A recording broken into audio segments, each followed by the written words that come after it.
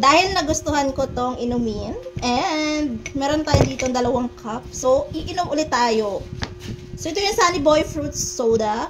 So, ang gagawin ko lang, maglalagay lang ako ng 2 tablespoon nito, each glass. Ayan.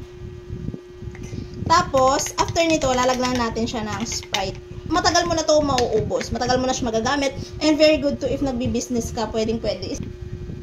Ba't ka nagtakal-takal? Ha? Tinakal ko lang.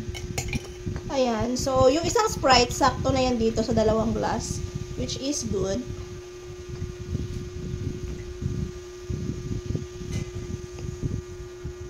Flavor nito is pineapple flavor. So, kung gusto nyo din magpalamig this summer, try this. Kasi, masarap siya. Ang sarap.